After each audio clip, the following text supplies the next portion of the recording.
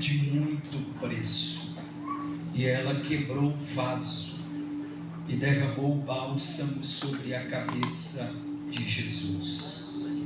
E estando Jesus em Betânia, reclinado à mesa, em casa de Simão o leproso, veio uma mulher que trazia um vaso de alabastro.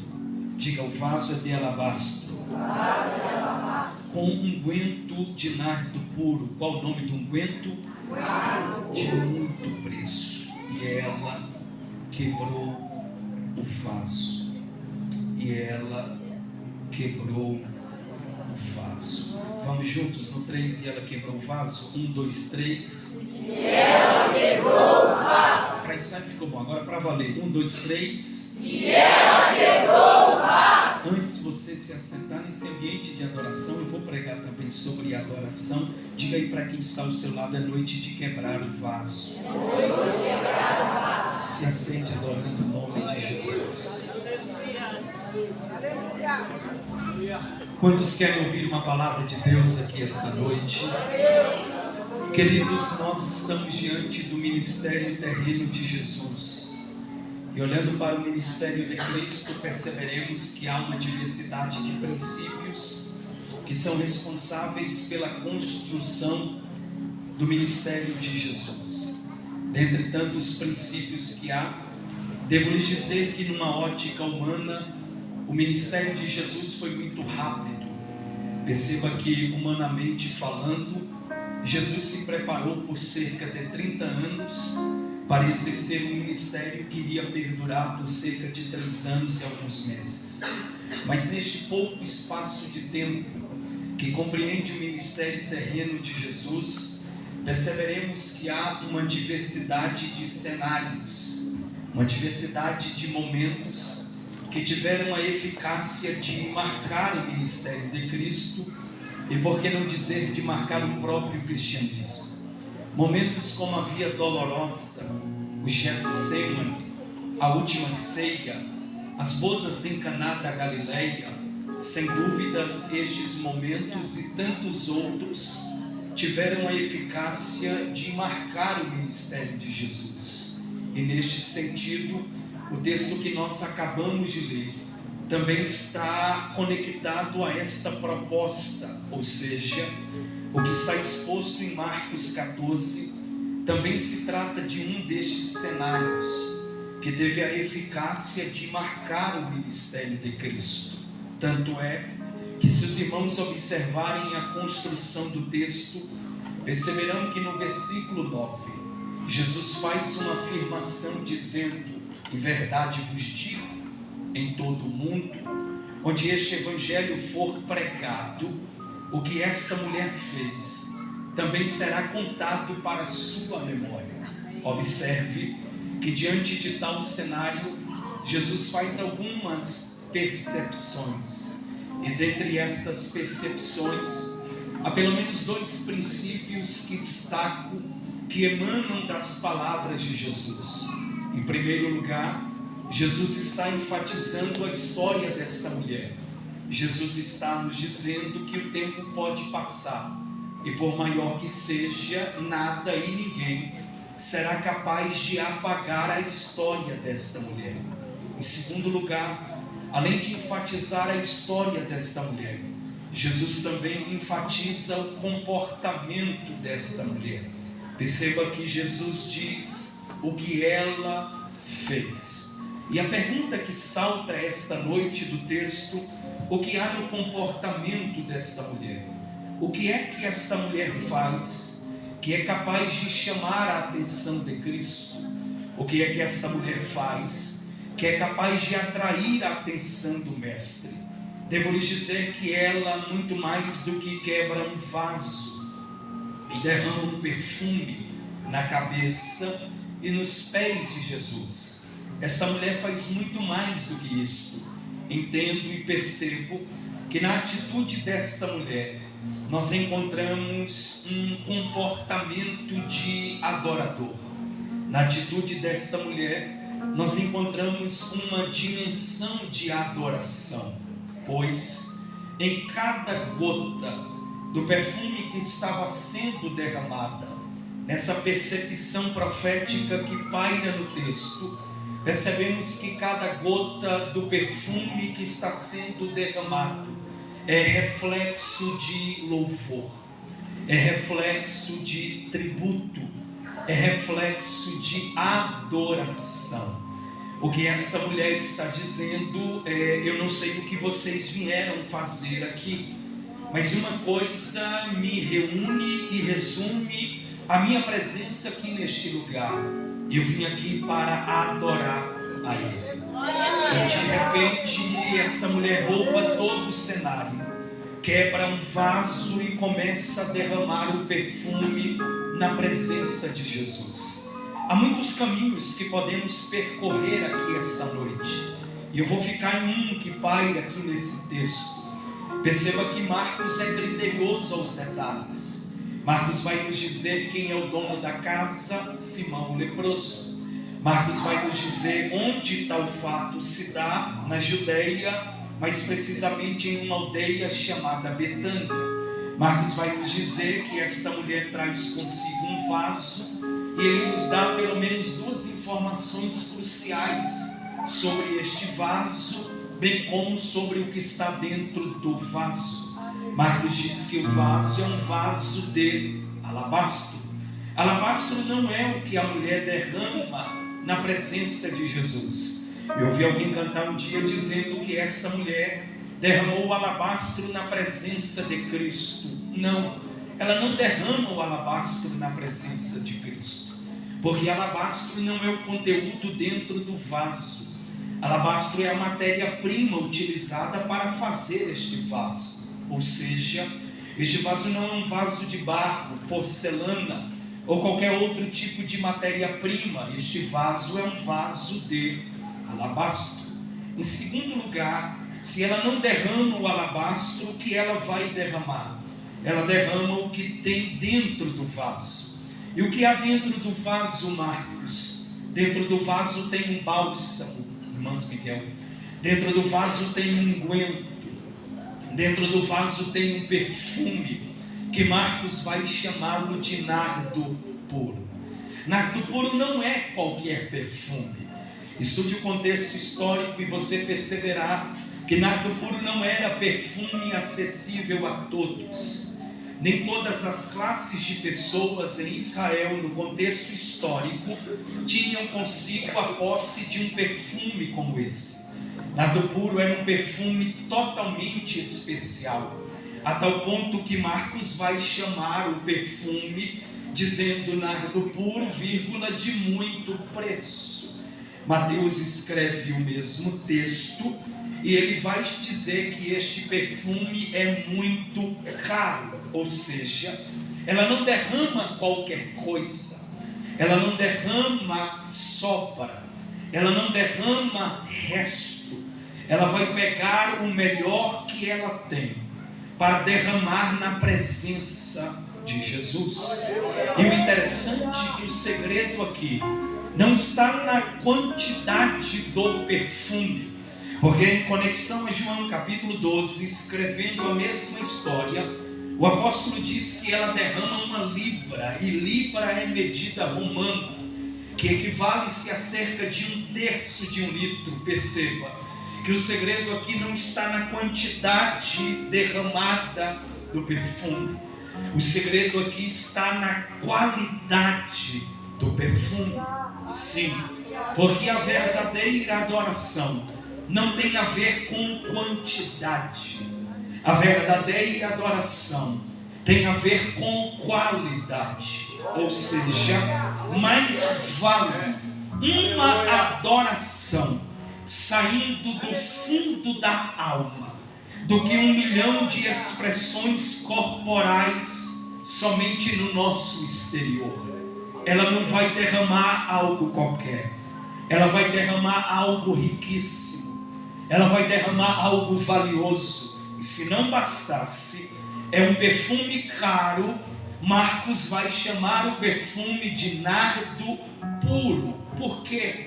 Porque tinha o perfume de nardo, só que esse perfume não é um perfume de nardo. Esse é um perfume de nardo puro. E esse puro aqui muda toda a história, porque o termo puro, em sua literalidade, denota algo sem mistura, algo sem outra composição. Por quê? Porque havia o perfume de nardo puro, e a partir desse nardo que era puro, misturava-se com outras essências e criava-se o nardo, o perfume de nardo. Só que o que ela vai derramar não é uma essência misturada. Ela vai derramar algo genuíno. Ela vai derramar algo em sua pura essência. E por que ela derrama algo em sua pura essência? Porque ela entende que o que é para o Senhor é para o Senhor. Eu devo lhe dizer que o diabo aceita dividir a nossa adoração com Deus. Para o diabo há uma aceitação que nossa adoração seja tanto para Ele e para o Senhor. Mas eu devo lhe dizer que Deus não aceita dividir a adoração que unicamente lhe é devida. Entenda que na adoração Deus não quer ser a nossa prioridade. Na adoração Deus quer ser exclusividade. Ela derrama algo genuíno. Ela derrama algo verdadeiro. Marcos é criterioso aos detalhes, só que tem uma informação que Marcos não nos revela. Quem é esta mulher?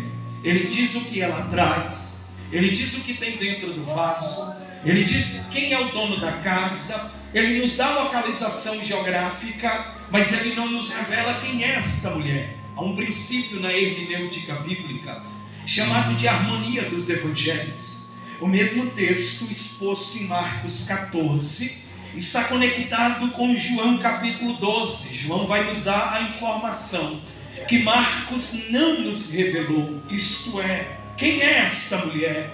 Esta mulher se chama Maria. Logo, há uma diversidade de Marias nos evangelhos. Olhe para cá.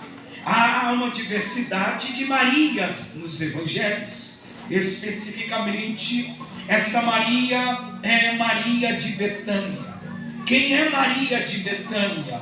É irmã de Marta, é irmã de Lázaro. Interessante é que nominalmente Maria de Betânia aparece nos evangelhos somente em 3 ocasiões, somente por 3 vezes. Nós encontramos o escritor sagrado fazendo menção dessa mulher.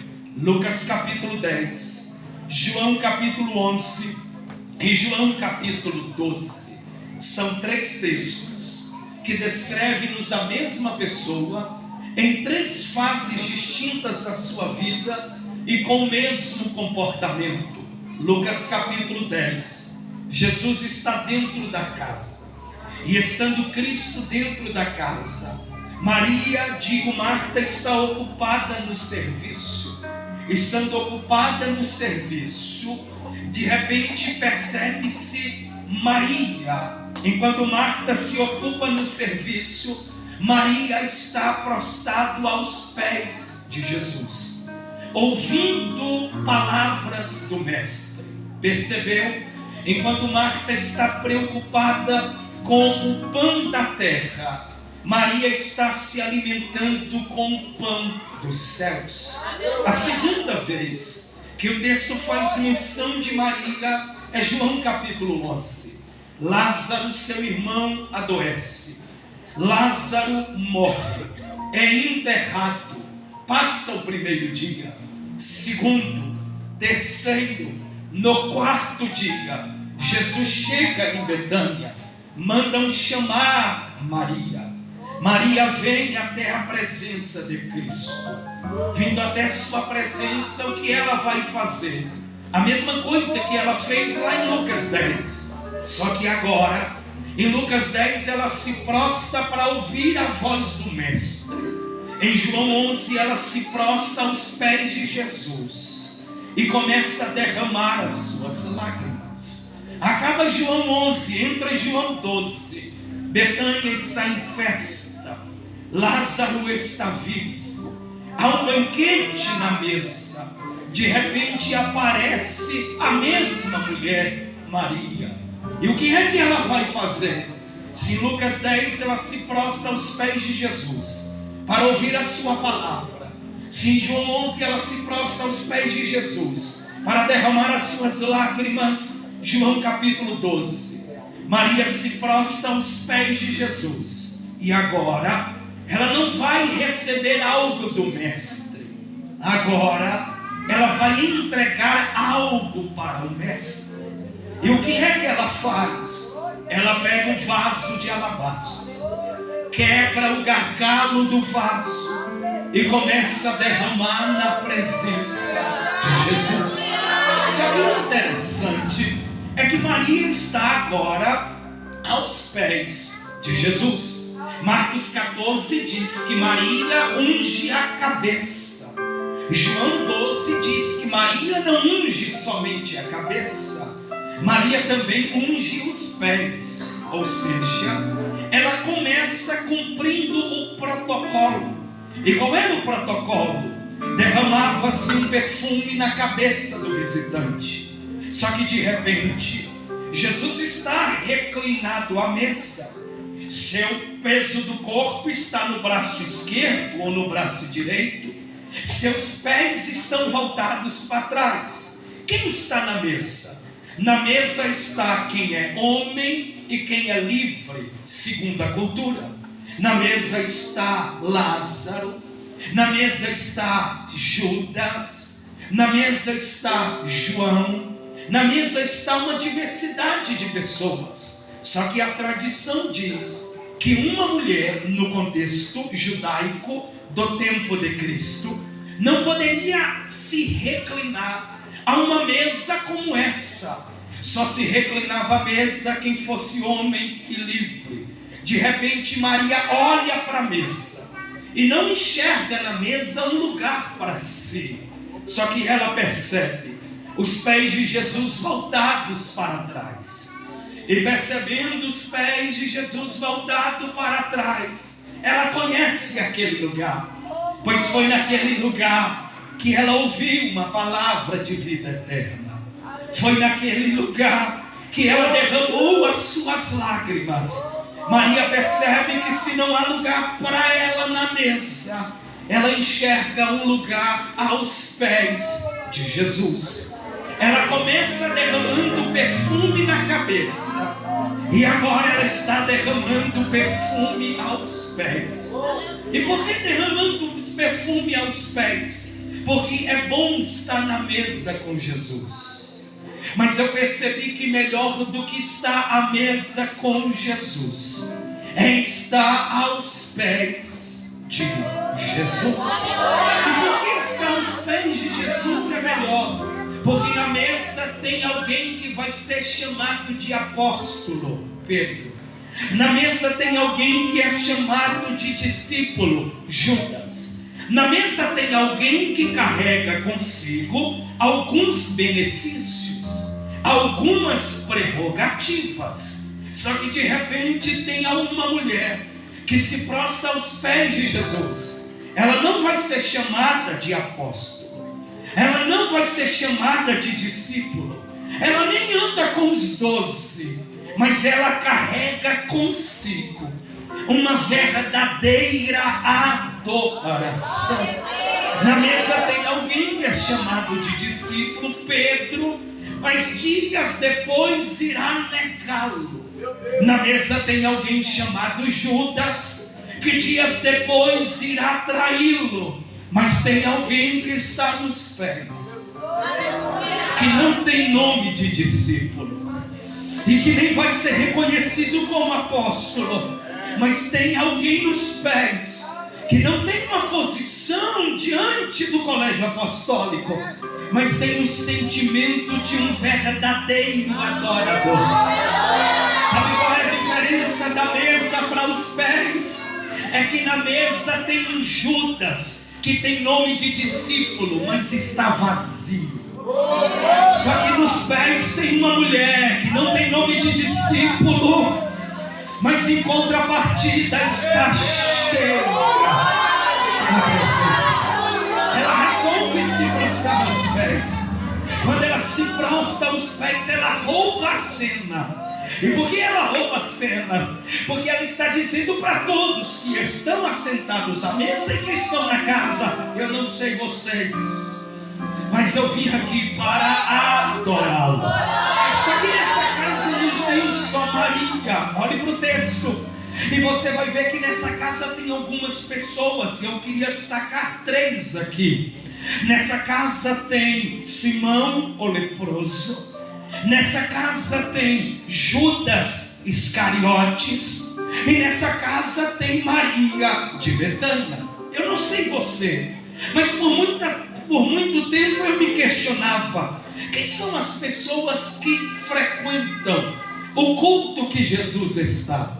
Quem são as pessoas que estão presentes na casa em que Jesus está?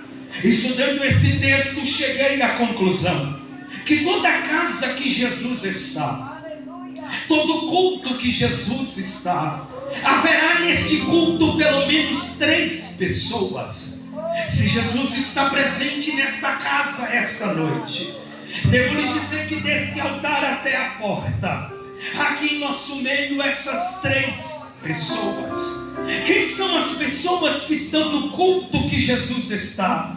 Todo culto que Jesus está, sempre vai ter uma Maria de Betânia, sempre vai ter um Simão leproso, e sempre vai ter um Judas Iscariotes. Toda casa que Jesus está, sempre vai ter um Simão, uma Maria e um Judas. Mas o fato de estarmos no mesmo lugar, o fato de estarmos debaixo do mesmo teto, entre as mesmas 4 paredes, não diz que estamos com a mesma motivação, não diz que estamos com o mesmo foco, não diz que estamos com o mesmo propósito. E quem diz não sou eu, é o texto sagrado. Olhe para o comportamento desses 3 e vocês verão eles no mesmo lugar, e cada um reagindo de uma maneira, cada um se comportando de uma forma. Qual é o comportamento de Maria? Ela aproveita que Jesus está na casa, quebra o gargalo do vaso e começa a derramar o perfume na presença de Jesus. É ela dizendo: eu não sei vocês, mas eu estou aqui para adorá-lo.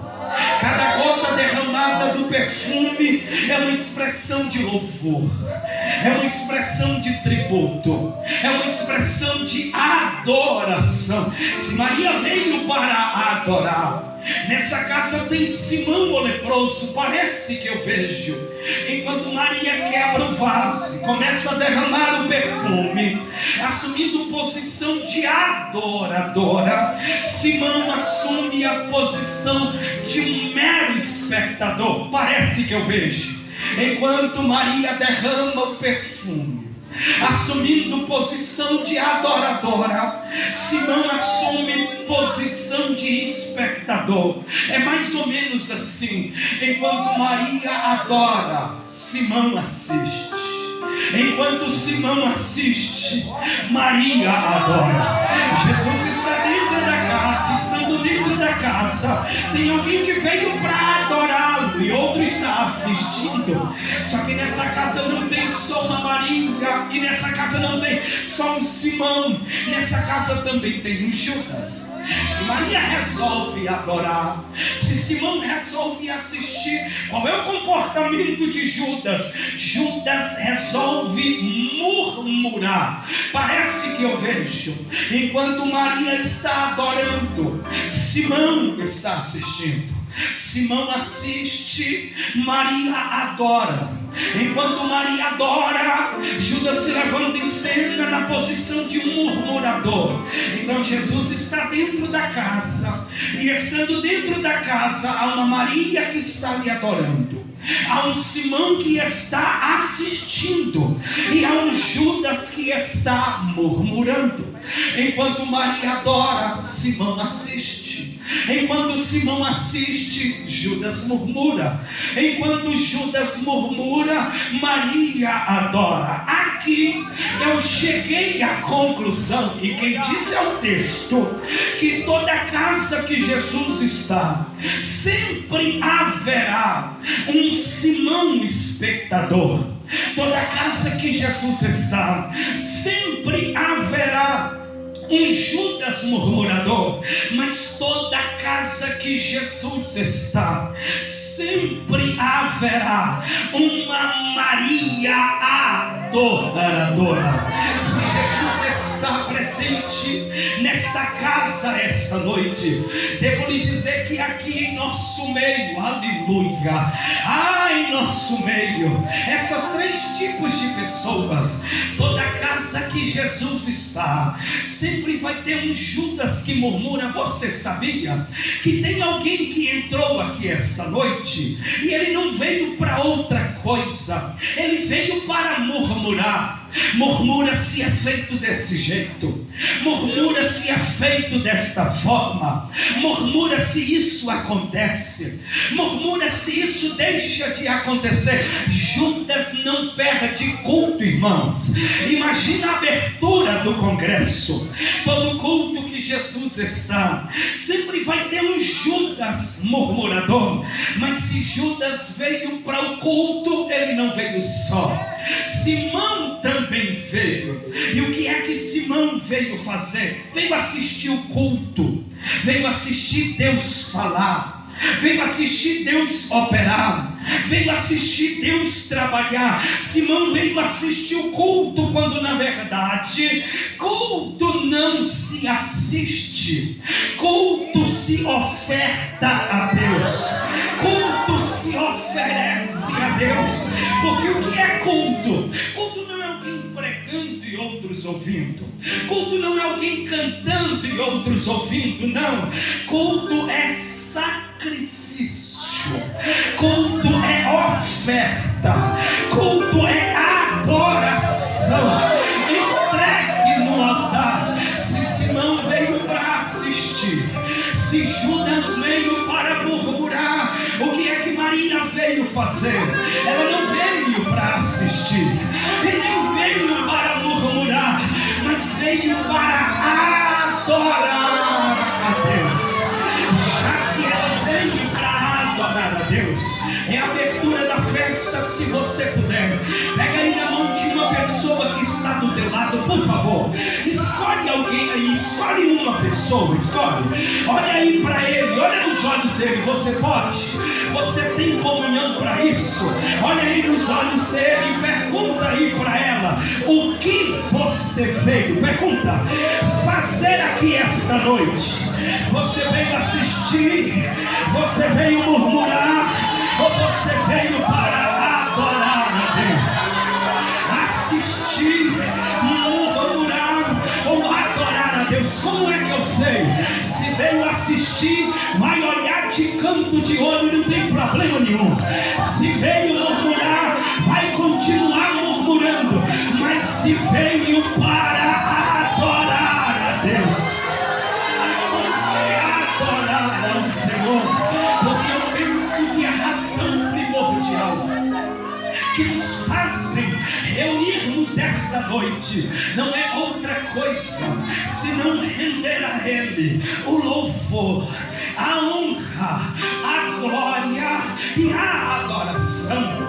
Porque render a Ele a adoração, porque não existe um nome que seja digno de adoração, somente ao nome de Jesus. Somente o nome de Jesus é digno de receber toda a honra, toda a glória, todo o louvor e toda a adoração. Não há outro nome que seja digno de ser adorado, somente o nome de Jesus. E que nome é este? Este nome que está acima de todos os nomes, este nome que todo joelho vai ter que se dobrar e que toda língua água, vai ter que confessar que não existe um Senhor na terra, que não existe outro Senhor no céu e nem debaixo da terra. Só há um que é Senhor de tudo e de todos. E quem Ele é? Jesus Cristo de Nazaré. Nos reunimos esta noite para adorar o nome de Jesus. E que nome é este? Este nome que salva, este nome que cura, este nome que transforma. De tantos nomes que há, eu só conheço um nome que expulsa demônios, eu só conheço um nome que liberta o oprimido, eu só conheço um nome que devemos ser salvos. E que nome é este? Jesus Cristo de Nazaré. Deixa eu caminhar pela Bíblia, e enquanto eu falo deste nome, se você veio adorar, adore. Enquanto eu falo deste nome, se você veio assistir, assista. Enquanto eu falo deste nome, se você veio para murmurar, murmure. Que nome é este? Para Eva, ele é a semente da mulher que veio à cabeça da serpente no alto do Calvário. Mas em breve, muito em breve, o Deus de paz esmagará a cabeça da serpente. Que nome é este? Para Abraão, ele é o Deus que chama. Para Isaac, ele é o Deus que cumpre promessa. Para Jacó, ele é o Deus que transforma. Para José, ele é o Deus que concretiza sonhos. Que nome é este? Este nome falou para Moisés no meio da sarça. Deus disse a Moisés: eu vou te usar para tirar o meu povo do Egito. Senhor, lá conhece muitos nomes. Que nome eu uso para tirar o meu povo de lá? Diga para eles: Yahvé, Axé, Yahvé. O que o meu povo precisar, eu serei o que eles precisam. Que nome é este? Para Josué, ele é o Deus que nos tirou do Egito, nos guia pelo deserto e vai nos colocar na terra prometida. Que nome é este? Para Elias, ele é o Deus que provém Querite, usando o corpo. Para Elias, ele é o Deus que provém Sarepta, multiplicando o alimento da viúva. No alto do Carmelo, é o Deus que responde com fogo. Debaixo do zimbro, é o Deus que tem pão cozido sobre praça para o seu profeta. Que nome é este? Para Eliseu na casa da viúva, é o Deus da multiplicação. Na beira do Jordão, é o Deus da restituição, porque o ferro do machado caiu na água. O profeta disse: lança um pedaço de madeira, que vocês verão que a física não explica ferro flutuar na água. Porque assim mesmo, meus irmãos, quando Deus quer trazer de volta aquilo que foi perdido, ele faz o ferro flutuar na água. Ele confunde a lógica, porque ele não é homem, ele é Deus. Que nome é este? Para Isaías, ele é um maravilhoso conselheiro, Deus forte, Pai da eternidade e príncipe da paz. Para Jeremias, ele é o oleiro por excelência. Para Ezequiel, é o Deus que visita o vale de ossos secos. Para Joel, ele é o derramador do seu espírito. Para Ageu, é o Deus da glória da segunda casa. Quem ele é? Às vezes ele é Jeová, o nosso pastor. Às vezes ele é Rafa, o que nos cuida. Às vezes ele é Jireh, o nosso provedor.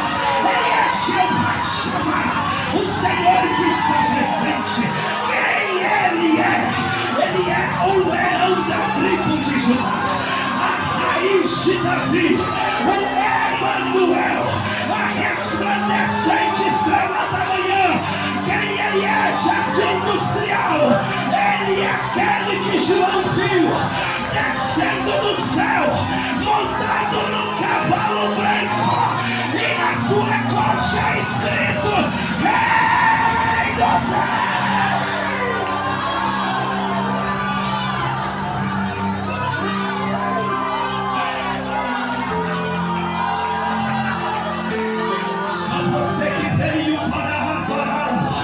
Levante as suas mãos aos céus.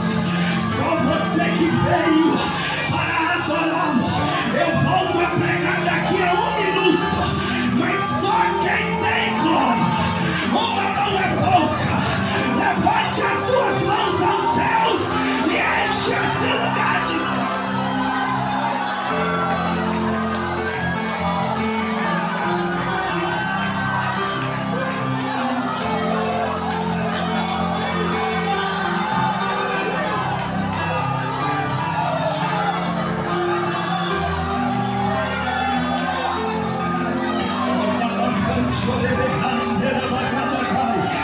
onde estiver um crente batizado com o Espírito Santo, eu recebo a autoridade do Espírito aqui agora, até domingo. Muita coisa de Deus vai acontecer neste lugar, mas o Espírito usa a minha boca para dizer que em cada metro quadrado deste santuário, onde estiver um crente batizado com o Espírito Santo, receba aí agora variedade de línguas estranhas. Cadê você que é batizado com o Espírito Santo? Levante a sua mão para o céu, abra a tua boca e não fale português. Abra a tua boca e receba aí na palma das tuas mãos agora fogo do alto.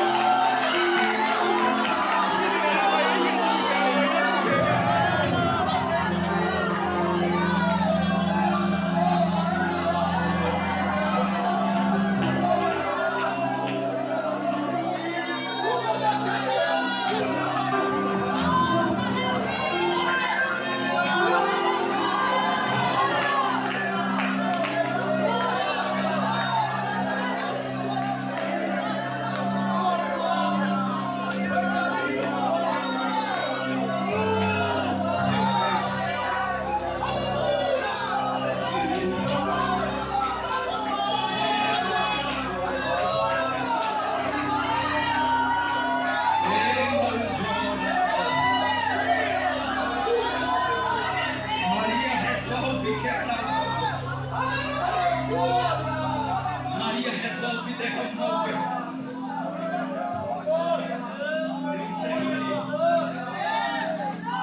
Quando ela quebra o vaso e derrama o perfume, isso muda todo o cenário. Que Jesus está em Betânia. O vínculo de Jesus com Betânia não é o vínculo de Jesus com Cafarnaum. O vínculo de Jesus com Cafarnaum é ministerial, com Betânia é interpessoal. Em Betânia Jesus tinha amigos. Estudamos a cultura judaica e perceberemos que no contexto bíblico a maior demonstração de comunhão, de amizade é a mesa. Partindo desse princípio, não foram poucas as vezes que Jesus se assentou com essa família para banquetear. Só que eu percebi algo estudando a cultura, que em todas as vezes a moça da casa teria que cumprir o ritual. E qual era o ritual? Derramava na cabeça do hóspede, derramava na cabeça do visitante 1, 2, no máximo 3 gotas de um perfume.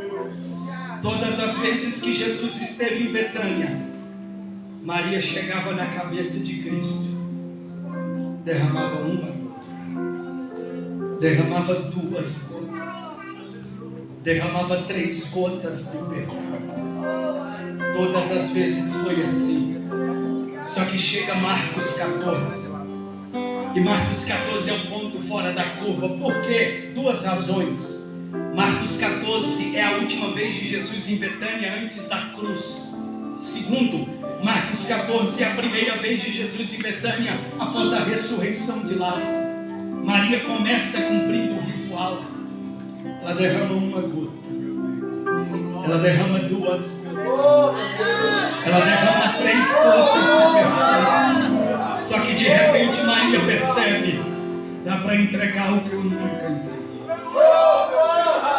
dá para oferecer o que eu nunca ofereci. De repente ela quebra o protocolo e a cultura diz: derrama 1 gota, derrama 2 gotas, derrama 3 gotas. De repente está Maria derramando tudo que tem dentro. A cultura diz: derrama 1 gota, Maria. 1 gota é muito pouco. Derrama 2 gotas, Maria. 2 gotas é muito pouco. Derrama 3 gotas, Maria. 3 gotas é muito pouco. Sabe o que eu percebo aqui? É que há em nosso meio 2 tipos de adoradores. O primeiro adorador é o adorador das 3 gotas. 1 gotinha no início, 1 gotinha na metade, outra gotinha no final. Senhor, aceita 3 gotas, é lógico que aceita. Mas tem alguém que é mais ousado, tem alguém que vai mais além. E por que vai mais além? Porque ele sabe que 3 gotas é muito pouco em relação a tudo aquilo que o Senhor fez na sua vida. Ele sabe que 3 gotas não é nada em relação a tudo aquilo que o Senhor fez em sua existência. Lembra aí numa hora como essa, sexta-feira, 21 horas, antes da graça lhe alcançar, onde você estaria num momento como esse? Onde você estaria numa hora como essa? Quem sabe numa vida depravada, quem sabe numa vida debaixo de miséria, de fracasso espiritual, quem sabe até mesmo abaixo da terra, mas onde ninguém poderia fazer, a graça foi capaz de fazer. A graça foi lá, te alcançou, te tirou das mãos do inimigo, lhe colocou sobre uma rocha, lavou suas vestes nas vestiduras do sangue do Cordeiro, lhe deu uma nova perspectiva de vida. E onde você está esta noite? Você não está debaixo do jugo de Faraó, você está debaixo da presença do Espírito. Você não é mais um cavalo para o diabo montar, você é templo do Espírito Santo, é a ovelha do sumo pastor que é Jesus. Sendo assim, 1 gota é muito pouco, 1 gota é nada em relação a tudo aquilo que ele fez, em relação a tudo aquilo que ele vai fazer. Porque sabe o que eram as 3 gotas? Era o protocolo da liturgia. Só que Maria entende que tem culto que não dá para ficar engessado, tem culto que não dá para ficar no protocolo, tem culto que não dá para ficar engessado, tem culto que eu preciso descer nas águas do Espírito. navegar em sua presença. Então lá vai o convite do Espírito esta noite. O que é que você vai fazer? Vai ficar nas 3 gotas ou vai quebrar o vaso e derramar o perfume? Vai ficar nas 3 gotas ou vai quebrar o vaso e derramar o perfume? Eu estou falando para alguém aqui essa noite que há muito tempo deixou de quebrar o vaso, que está só nas 3 gotas. Quem está do teu lado já sentiu a presença de Deus. Quem está do teu lado já adorou, já glorificou, já chorou e até agora você não sentiu nada. Não está vendo o momento do culto acabar para ir embora, mas quando você já estava lá fora, você não tinha nenhuma pressa de sair de ambientes quaisquer, mas a graça lhe alcançou, lhe regenerou, e o Espírito está dizendo esta noite: quebra o protocolo. Hoje não é noite de 3 gotas, não, jardim do Senhor. Hoje é noite de quebrar o vaso e derramar o perfume. Provoca aí quem está do teu lado e diz para ele: vai ficar nas 3 gotas ou vai derramar tudo? Vai ficar nas 3 gotas ou vai derramar tudo? Quando Maria derrama as 3 gotas, não chama a atenção de ninguém, mas quando ela quebra o vaso e derrama o perfume, Judas se levanta e vai caracterizar aquilo como desperdício. É fácil Judas julgar, porque quem está vazio só julga, quem está vazio só observa, quem está vazio só murmura, quem está vazio só olha. Para Judas é desperdício, mas para Jesus é boa obra. Para Jesus é adoração. Deixa Judas falar essa noite, deixa ele falar.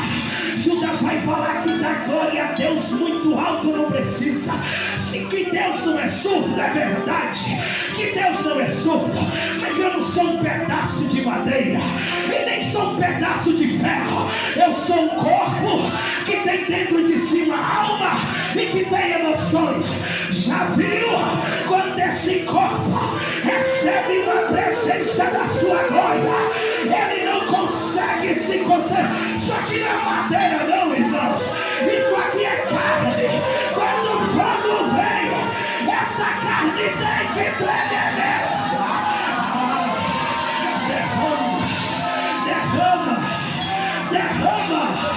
Derrama para o jardim do céu. Quebra o vaso, quebra o vaso. Você não vai pedir nada para ele agora, você só vai adorar. Quem pode adorar? Só quem pode, só quem pode. Diz que ele é santo, diz que ele é poderoso, diz que ele é maravilhoso. Se coloca de pé. Aleluia!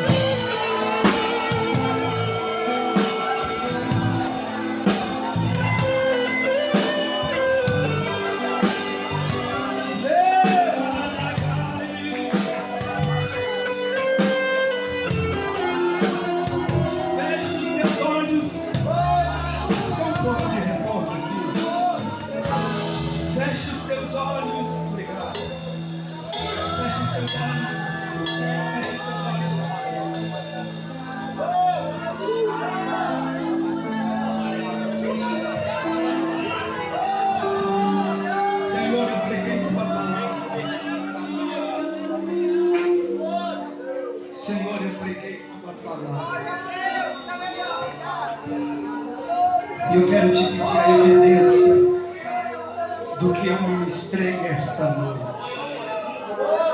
Feche os teus olhos. Se é verdade que o Senhor está aqui em nosso meio, rogo-te, dai-nos um sinal da sua presença.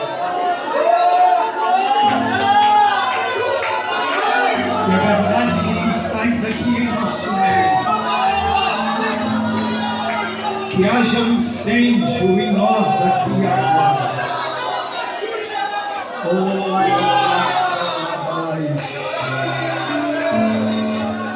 E onde estiver um crente batizado com o Espírito Santo, que receba renovo dos céus descendo sobre a sua vida. Abra teus lábios e não fale português. Abra os teus lábios e receba a variedade de outras línguas aqui agora.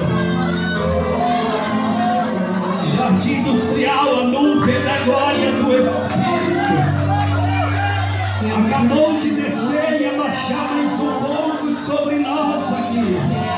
E onde estiver um crente adorando o seu nome,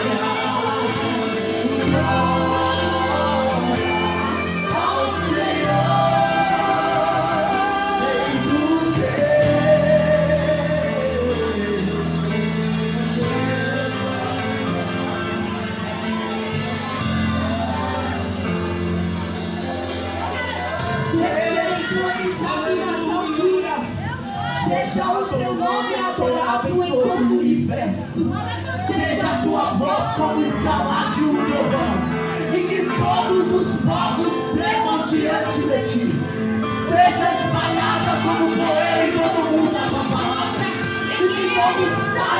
Tu és a própria verdade. Que todo joelho se dobre e se prostre diante de ti.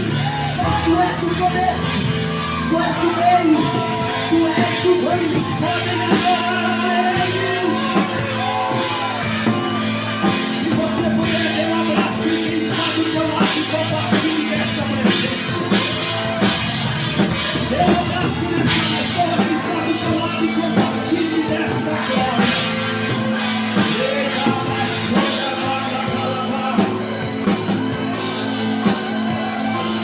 Onde está você?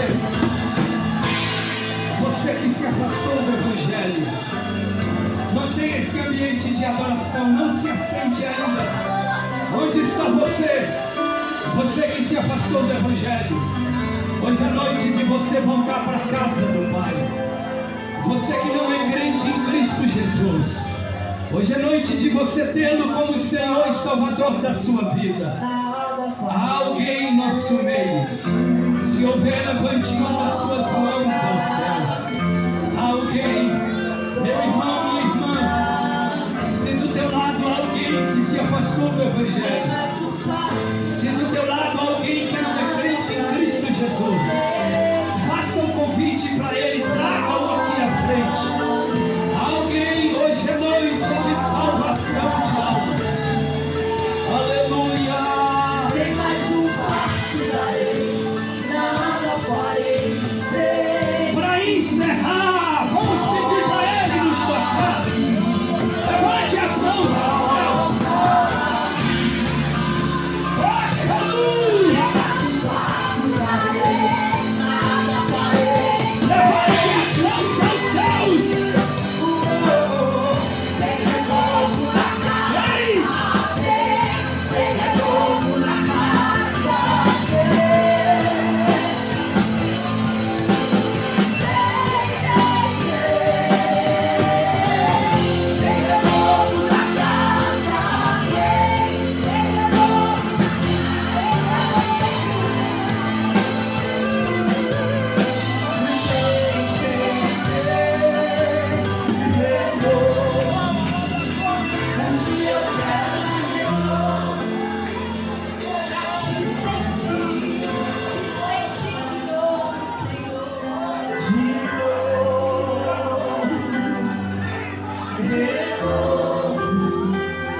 O que eu quero é renovo, pra ter o brilho no rosto.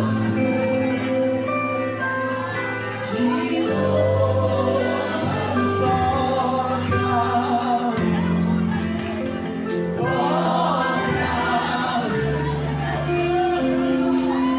Tem mais um